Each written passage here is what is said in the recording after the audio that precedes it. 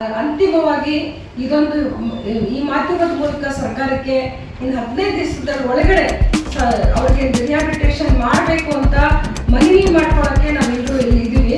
ಇಲ್ಲ ಅಂದರೆ ನಾವು ಬೇರೆ ದಾರಿ ಇದೆ, ಉದ್ಯಾನವನದಲ್ಲಿ ನಾವು ಕೂತ್ಕೊಳ್ಬೇಕಾದ ಅನಿವಾರ್ಯತೆ ನಮಗೆ ತಡೆಕೂಡ್ದು ಅಂತ ಹೇಳಿ ಮನವಿ ಮಾಡೋಕ್ಕೆ ನಾವೆಲ್ಲರೂ ಬಂದಿದ್ದೀವಿ.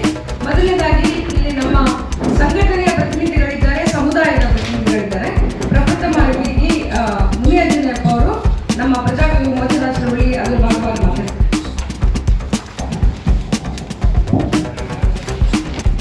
ಸುಮಾರು 15 ರಿಂದ 20 ವರ್ಷಗಳ ಕಾಲ ಏನು ಎಲ್ಲ ಜಾತಿ ಬಡವರು ಅಂದರೆ ಪರಿಷ್ಠ ಜಾತಿ, ಪರಿಷ್ಠ ವರ್ಗ, ಹಿಂದುಳಿದ ವರ್ಗ, ಕಾರ್ಮಿಕ, ಅಲ್ಪಸಂಖ್ಯಾತರು ಸುಮಾರು 200 ಕುಟುಂಬಗಳು ವಾಸ ಮಾಡ್ತಾ ಇದ್ರು. ಅವರು ಸರ್ಕಾರಕ್ಕೆ ನಮಗೆ ಸಲ್ಲಿಸುವಂಥ ಎಲ್ಲ ಪ್ರಯತ್ನ ಮಾಡಿದ್ರು. ನಮಗೆ ಈ ಜಮೀನು ಕಾಯಿ ಮಾಡಬೇಕು, ನಮಗೆ ವಸ್ತಿ ಕಾಯಿ ಮಾಡಬೇಕು, ಒಪ್ಪಂದ ಕೊಡಬೇಕು ಅಂತ ಹೇಳಿ ಮನವಿ ಸುಮಾರು ವರ್ಷಗಳ ಕಾಲ ಮನವಿ ಸಲ್ಲಿಸಿದ್ರು. ಆದರೆ BWS ML ಅಂದರೆ ಈ ಘನತ್ಯಾಜ್ಯ ನಿರ್ವಹಣಾ ಸಂಸ್ಥೆ ಅಂತ ಹೇಳಿ ಕರಿಗೌಡರು, ಅದರ CEO ಕರಿಗೌಡರು ಮತ್ತು GBA ಮಹೇಶ್ವರ ಅವರು ಮತ್ತು ಪೊಲೀಸ್ ಅಧಿಕಾರಿಗಳು, ಈ ನಮ್ಮ ಜಿಲ್ಲಾಧಿಕಾರಿಗಳು ಜಗದೀಶ್ ಅವರು, ಬೆಂಗಳೂರು ನಗರ ಜಿಲ್ಲಾಧಿಕಾರಿಗಳು ಜಗದೀಶ್ ಅವರು, ಇವರೆಲ್ಲ ಸೇರಿ ಡಿಸೆಂಬರ್ 20ನೇ ತಾರೀಕು ಬೆಳಗ್ಗೆ 6 ಗಂಟೆಗೆ ಏಕಾಏಕಿ ಆ ಬಡವರಿಗೆ 200 ಕುಟುಂಬಗಳು ಅಂದರೆ 1,500 ಜನ, ಆ 200 ಕುಟುಂಬಗಳು ಏನಿದ್ವು ಅವನ್ನೆಲ್ಲ ಏಕಾಏಕಿ ಯಾವುದೇ ಒಂದು ವಿತೌಟ್ ನೋಟಿಸು ಏಕಾಏಕಿ ಸುಮಾರು JCBಗಳ ಮೂಲಕ ಎಲ್ಲ ಮನೆ ಹಾಕಿದ್ರು. 200 ಕುಟುಂಬಗಳು ಇವತ್ತು ಆ ಕೊನೆಯ ಚಳಿ ಒಳಗೆ ಏನೋ ಬೀದಿ ಬದುಕನ್ನು ನಡೆಸ್ತಾ ಇದ್ರು. ಇವತ್ತು ಕೂಡ 128 ದಿನಗಳಾಗಿದ್ದಾವೆ, ಇವತ್ತು ಜೀವನ ಮಾಡ್ತಾ ಇದ್ದಾರೆ. ಈ ವಿಚಾರದಲ್ಲಿ ಮಾನ್ಯ ಮುಖ್ಯಮಂತ್ರಿಗಳಿಂದ ಹಿಡಿದು ಚೀಫ್ ಸೆಕ್ರೆಟರಿವರೆಗೂ ಹಿಡಿದು ವಸತಿ ಸಚಿವರು, ಕಂದಾಯ ಸಚಿವರು, ಯಾರ್ಯಾರು ಸಂಬಂಧಪಟ್ಟಂಥ ಇಲಾಖೆ ಅಧಿಕಾರಿಗಳಿದ್ರು ಎಲ್ಲರಿಗೂ ಕೂಡ ಇವರಿಗೆ ಪರ್ಯಾಯ ವ್ಯವಸ್ಥೆ ಮಾಡಬೇಕು, ಕೂಡಲೇ ಅವ್ರಿಗೆ ಆಮೇಲೆ ಇದು ಏನು ಗಂಜಿ ಕೇಂದ್ರ ತೆರೀಬೇಕು, ಅವರಿಗೆ ನೆರಳು ಒದಗಿಸ್ಬೇಕು, ಅವರಿಗೆ ಆಸ್ಪತ್ರೆ ಆರೋಗ್ಯದ ಬಗ್ಗೆ ಕಾಳಜಿ ವಹಿಸಬೇಕು. ಯಾಕಂದ್ರೆ 200 ಜನ ಮಕ್ಕಳು ಅಲ್ಲಿ ನಿರಾಶ್ರಿತರಾಗಿದ್ದಾರೆ.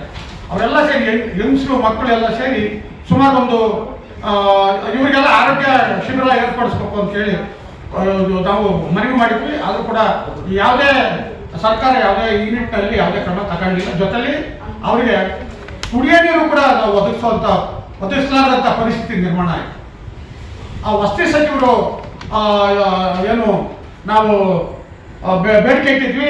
ವಸತಿ ಸಚಿವರು ದಿನಾಂಕ 27ನೇ ತಾರೀಕು ಅವತ್ತು ಸಂಜೆ 4 ಗಂಟೆಗೆ ಬಂದು ಇನ್ಸ್ಪೆಕ್ಷನ್ ಮಾಡಿಬಿಟ್ಟು ಇದು ಅಪರಾಧ ಆಗಿದೆ ಕೂಡ ಏನೂ ಕ್ರಮ ತಗೊಂಡಿಲ್ಲ.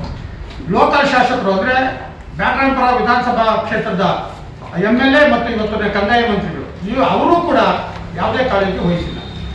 ಯಾವುದೇ ಕಾಳಜಿ ವಹಿಸಿಲ್ಲದ ಕಾರಣಕ್ಕಾಗಿ ಇವತ್ತು ಇಡೀ ಸಾವಿರಾರು ಜನ ಮಕ್ಕಳ ಸಮೇತ, ಮಹಿಳೆಯರ ಸಮೇತ ಎಲ್ಲ ಬಡವರು ಕೂಲಿ ಮಾಡ್ಕೊಂಡು ಇಲ್ಲ ಅಂತ ಹೇಳಿಲ್ಲ.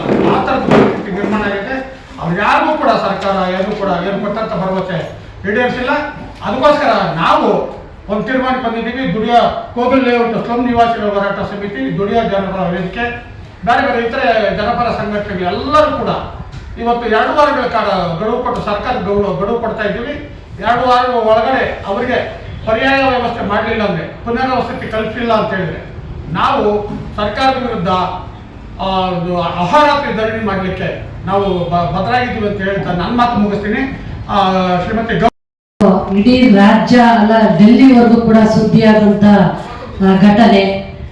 ಇವತ್ತು ಕೊರೆಯುವಂತ ಚಳಿ ಒಳಗಡೆ ಅವರ ಜೀವನವನ್ನ ಅಲ್ಲೇ ಸಾಗಿಸಿದ್ರು. ಬಟ್ ಆದ್ರೂ ಕೂಡ ಇವತ್ತು ಎಂತ ಒಂದು ಸುಳು ಬಿಸಿಲಲ್ಲಿ ಇವತ್ತು ಅಲ್ಲೇ ಬದುಕನ್ನ ಇವತ್ತು ಸಾಗಿಸ್ತಾ ಇದ್ದಾರೆ. ನಾವಿಲ್ಲಿ ಒಂದು ಪ್ರಶ್ನೆ ಅಂತಂದ್ರೆ, ಜನವರಿಯಲ್ಲಿ ನಿಮ್ಗೆಲ್ಲರೂ ಕೂಡ ಗಿಫ್ಟ್ ಕೊಡ್ತೀವಿ ಅಂತ ಹೇಳಿದಂತ ಜನ ನಮ್ಮ ಸರ್ಕಾರ. ಆದ್ರೆ ನಾವೆಲ್ಲರ ಮನೆ ಬಾಗಿಲಿಗೂ ಕೂಡ ಹೋಗಿ ಸಾಕಷ್ಟು ಅರ್ಜಿಗಳನ್ನ ಕೊಟ್ಟಿದ್ದೀವಿ. ಕೃಷ್ಣ ಬೈರೇಗೌಡರವ್ರನ್ನ 2-3 ಸಲ ಭೇಟಿ ಮಾಡಿವಿ, ಮನವಿ ಕೊಟ್ಟಿದ್ದೀವಿ. ಜಮೀರ್ ಅಹಮದ್ ಅವ್ರನ್ನ ಭೇಟಿ ಮಾಡಿ ಮನವಿ ಕೊಟ್ಟಿದ್ದೀವಿ. ಬಟ್ ಅದು ಇವತ್ತು 4 ತಿಂಗಳಾಗಿದೆ, 128 ದಿನ ಆದ್ರೂ ಕೂಡ ಇವತ್ತು ಯಾವುದೇ ರೀತಿಯಾದಂತ ಬದಲಿ ವ್ಯವಸ್ಥೆಯನ್ನು ಇವತ್ತು ಅವ್ರಿಗೆ ಕೊಟ್ಟಿಲ್ಲ. ಅನ್ನುವಂಥದ್ದು ನಮ್ಗೆಲ್ರಿಗೂ ಕೂಡ ಇವತ್ತು ವಿಷಾದನೀಯ. ನಾವು ಕೇಳ್ತಾ ಇದೀವಿ ಇವತ್ತು ಸರ್ಕಾರ ನಿಜವಾಗ್ಲೂ ಮನ್ಸು ಮಾಡಿದ್ದೇ ಆದ್ರೆ ಗಂಟೆಗಳ ಒಳಗಡೆ ಅವ್ರಿಗೆ ಪುನರ್ವ್ಯವಸ್ಥೆಯನ್ನ ಮಾಡ್ಲಿಕ್ಕೆ ಸಾಧ್ಯತೆ ಇದೆ. ಅದು ಯಾಕೆ ಆ ರೀತಿಯಾಗಿ ಹಿಂಜರಿಕೆ ಮಾಡ್ತಿದ್ದಾರೆ ಗೊತ್ತಿಲ್ಲ. ಕೆಲವು ದಾಖಲೆಗಳನ್ನ ನಾವೇ ಮಾಡಿ ಕೊಡ್ತಾ ಇದೀವಿ, ಅವ್ರಿಗೆ ಕೊಡ್ತೀವಿ ಅಂತೆಲ್ಲ ಕೂಡ ವಸತಿ ಸಚಿವರನ್ನ ಕಂದಾಯ ಸಚಿವರು ಹೇಳಿದ್ರು. ಬಟ್ ಅದು ಇವತ್ತಿನವರೆಗೂ ಕೂಡ ಇಲ್ಲ. ಮನೆ ಯಾರಿಗೋ ಮನೆ ಕೊಟ್ಟಾಗ ಕೂಡ ಏನೋ ನಮಗ್ ಸಿಗುತ್ತೆ ಅಂತ ಯೋಚನೆ ಮಾಡಿದ್ವಿ, ಅದ್ರಲ್ಲೂ ಇಲ್ಲ, ಯಾವುದ್ರಲ್ಲೂ ಇಲ್ಲ ಅಂತ ಹೇಳುವಾಗ ಇವತ್ತು ನಮ್ಗೆ ಅಲ್ಲಿ ಪುನರ್ವ್ಯವಸ್ಥೆಯನ್ನ ಮಾಡ್ಲಿಲ್ಲ ಅಂತಂದ್ರೆ ನಾವೊಂದು 15 ದಿನಗಳ ಕಾಲ ಗಡುವು ಕೊಡ್ತಾ ಇದೀವಿ. ಯಾಕಂದ್ರೆ ಮುಂದೆ ಮಳೆಗಾಲ ಸ್ಟಾರ್ಟ್ ಆಗುತ್ತೆ, ಅವತ್ತಿನ ಪರಿಸ್ಥಿತಿ ಇನ್ನೂ ಕಷ್ಟಕ್ಕೆ ತಗ್ಲಾಕೊಳ್ಳುವಂತ ಪರಿಸ್ಥಿತಿ ಆಗ್ತದೆ. ಇವತ್ತು ಸ್ಕೂಲ್ ಮಕ್ಕಳುಗಳು ಸ್ಕೂಲಿಗೆ ಹೋಗ್ತಾ ಇವತ್ತು ಬಿಸಿಲಲ್ಲಿ ಇರುವಂತದ್ನ ಕಾಣ್ತಾ ಇದ್ದೀವಿ. ಹಾಗಾಗಿ ಇವತ್ತು ನಮ್ಗೆ 15 ದಿನಗಳ ಕಾಲ ಗಡುವನ್ನ ಕೊಡ್ತಾ ಇದ್ವಿ ಸರ್ಕಾರಕ್ಕೆ. 15 ದಿನದ ಒಳಗಡೆ ಏನಾದ್ರೂ ಕೋಗಿಲು ನಿವಾಸಿಗಳಿಗೆ ಪುನರ್ ವ್ಯವಸ್ಥೆಯನ್ನ ಕಲ್ಪಿಸ್ತಿಲ್ಲ ಅಂತ ಹೇಳಿದ್ರೆ ನಾವೆಲ್ಲರೂ ಕೂಡ ತೀರ್ಮಾನ ಮಾಡಿದ್ವಿ, ಎಲ್ಲಾ ಸಂಘಟಕರು ಕೂಡ ಫ್ರೀಡಂ ಪಾರ್ಕ್ ಅಲ್ಲಿ ಅಹೋರಾತ್ರಿ ಧರಣಿಯನ್ನ ಅವ್ರಿಗೆ ಪುನರ್ ವ್ಯವಸ್ಥೆ ಮಾಡೋವರೆಗೂ ಕೂಡ